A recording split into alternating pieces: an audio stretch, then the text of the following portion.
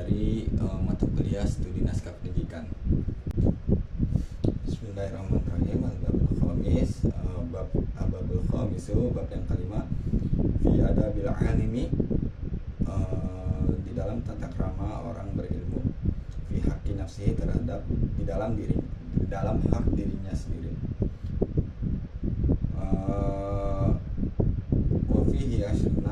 Wafihi, dan di dalam bab yang kelima, isruna adaban, terbagi menjadi 20 tata krama atau adab. Al-awalu, yang pertama, ayyuhima, hendaknya melanggengkan muraqabatullahi, terhadap pengawasan Allah, fisiri, di dalam sepi, wal alaniyati, ataupun dalam keadaan ramai dan ramai. Jadi yang pertama itu di bagian yang pertama, orang berilmu itu harus merasa selalu diawasi oleh Allah Subhanahu wa taala dari tempat sepi maupun di tempat ramai, baik dari segi perbuatan maupun ucapan. Jadi harus selalu merasa diawasi oleh Allah Subhanahu wa taala. Wasani, dan yang kedua, ayyulazima, hendaknya menetapi khaufahu ta'ala, takut kepada Allah ta'ala, fi jami'i, di dalam seluruh, fi jami'i harakatihi, di dalam seluruh gerak-geriknya, wasakanatihi, dan beberapa diamnya, waqwalihi, dan beberapa ucapannya, waf'alihi, dan beberapa perbuatannya dan perbuatannya. Fa innahu, karena sesungguhnya, aminun, orang berilmu, ala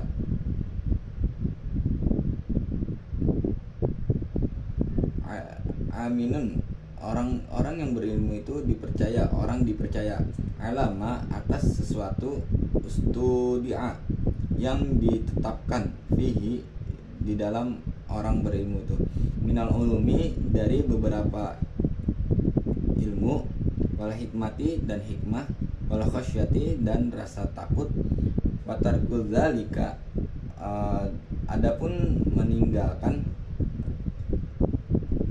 minal khiyanati, termasuk dari pengkhianatan, waqad qala Allah ta'ala, dan sungguh Allah telah berfirman, la takhunullaha wa rasula wa takhunu amatikum wa antum ta'lamun.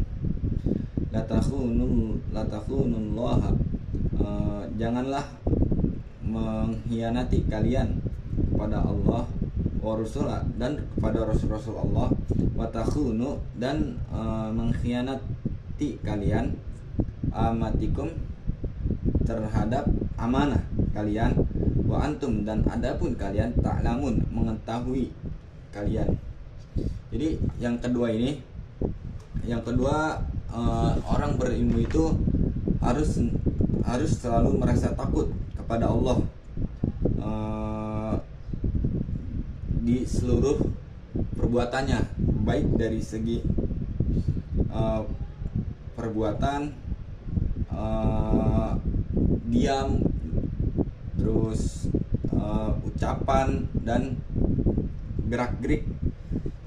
Jadi orang berilmu itu harus selalu merasa takut kepada Allah, harus merasa diawasi, gitu tadi, merasa takut pada Allah, diawasi dalam seluruh perbuatan, ucapan, ataupun diam, walaupun lagi diamnya. Fa'innahu aminun, karena orang yang berilmu itu orang yang dapat dipercaya. Orang yang berilmu itu orang yang dapat dipercaya terhadap sesuatu yang dititipkan, baik berupa ilmu, hikmah, terus rasa takut, rasaan takut kepada Allah.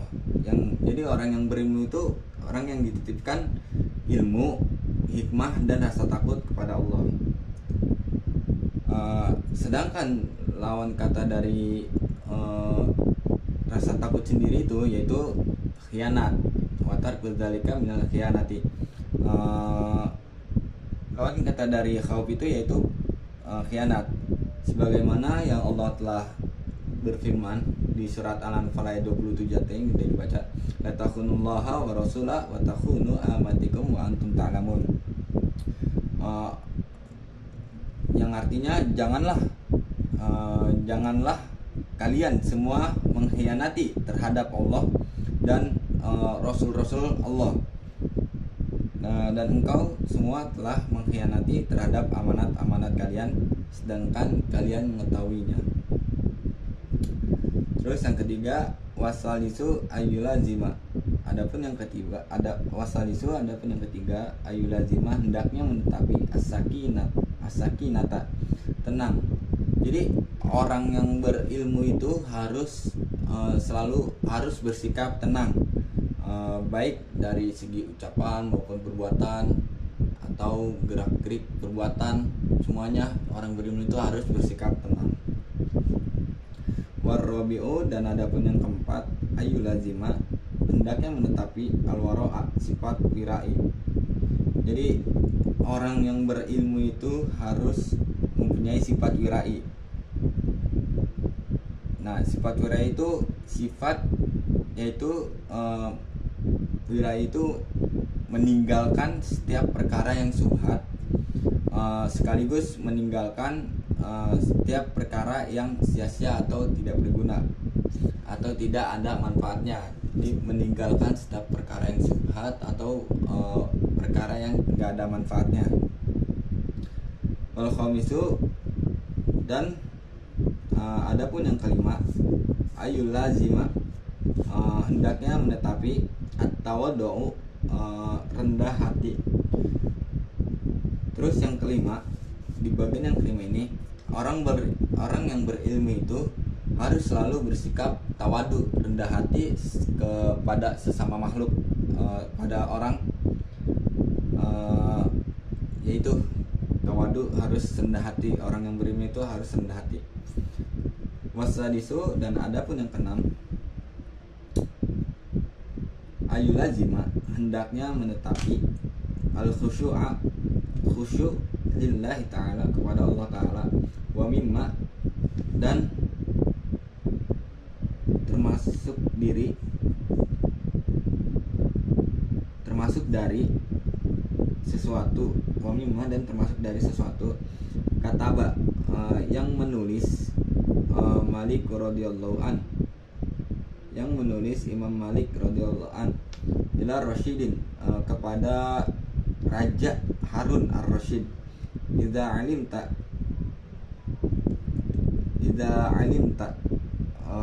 di saat mengetahui kamu ilman, terhadap ilmu, fal yura, maka hendaknya dilihat, alaika, atasmu,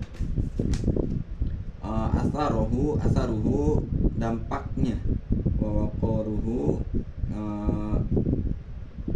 kewibawaannya, wasakinatuhu, dan ketenangannya, wa ilmuhu, dan kesabarannya, liqaulihi, karena sabda Nabi, liqaulihi sallallahu alaihi wasallam, karena sabda Nabi sallallahu alaihi wasallam, al ulama'u warasatul anbiya.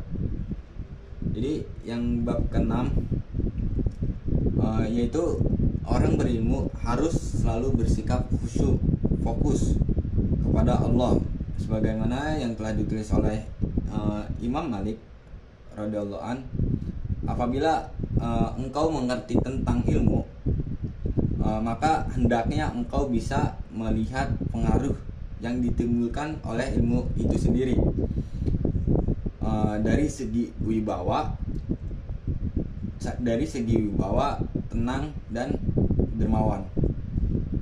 Nah, oleh karena itu Rasulullah Shallallahu Alaihi Wasallam bersabda, al ulama warasatul anbiya, ulama itu adalah pewaris para nabi. Waqala Umar radhiyallahu anhu, waqala, dan berkata Umaru, Sayyidina Umar radhiyallahu an, ta'lamu, belajarlah kalian, al ilma, terhadap ilmu, wa ta'lamu, dan mempelajarilah kalian, mahu bersama ilmu, as-sakinata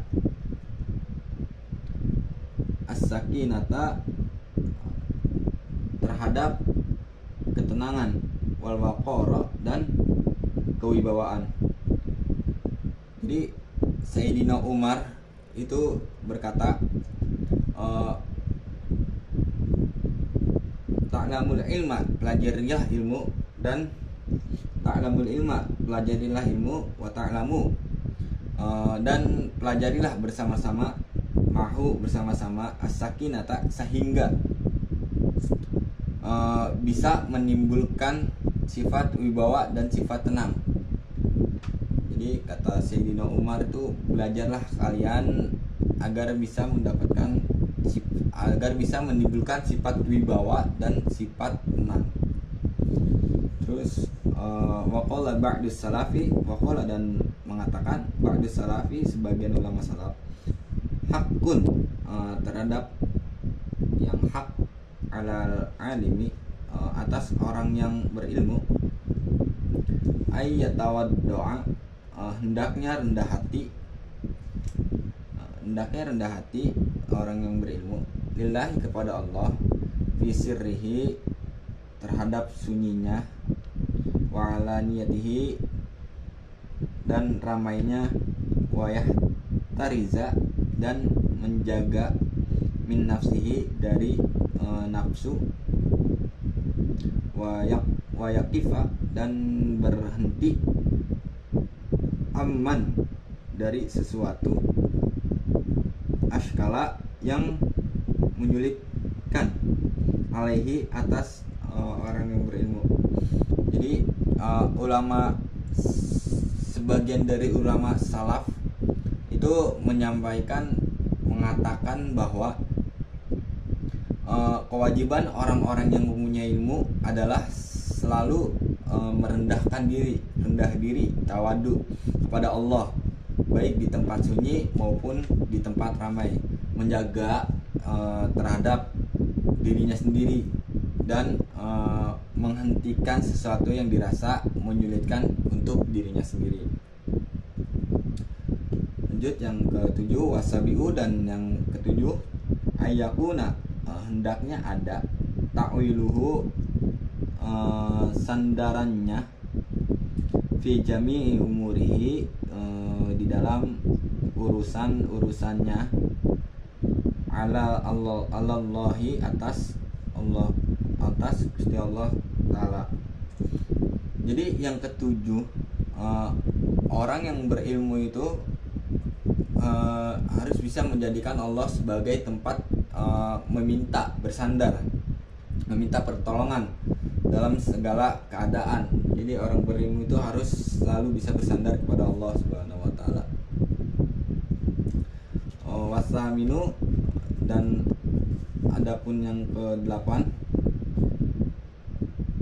Allah yaj'ala, hendaknya tidak menjadikan, ilmahu, terhadap ilmunya, sulaman, terhadap tangga, yatawassulu, menjadikan sarana, bihi, terhadap orang berilmu, ilal agrodi, kepada tujuan-tujuan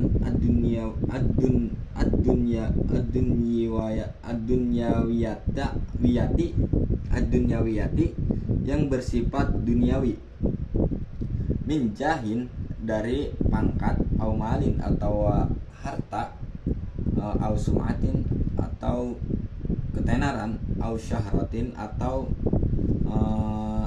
terkenal, au khidmatin, atau budak dunia, atau taqaddimin, atau diutamakan, ala akronihi, atas teman-temannya. Jadi yang ke-8 ini, orang berilmu itu tidak menjadikan ilmunya itu sebagai tangga untuk memperoleh sifat yang duniawi. Jadi baik itu dari segi jabatan, harta, maupun didengar oleh orang, riya, untuk terkenal, lebih maju dibanding dengan teman yang lain. Jadi orang yang berilmu itu tidak boleh ilmunya dijadikan untuk tempat yang bersifat duniawi, untuk mencari sifat duniawi. Itu tadi yang sudah disebutkan, dari harta, jabatan, terus lebih ingin terkenal dengan ilmunya, lebih maju dibanding oleh temannya. Mungkin itu saja yang ingin dapat saya sampaikan. Kurang lebihnya mohon maaf. Wabillahi taufiq wal hidayah. Assalamualaikum warahmatullahi wabarakatuh.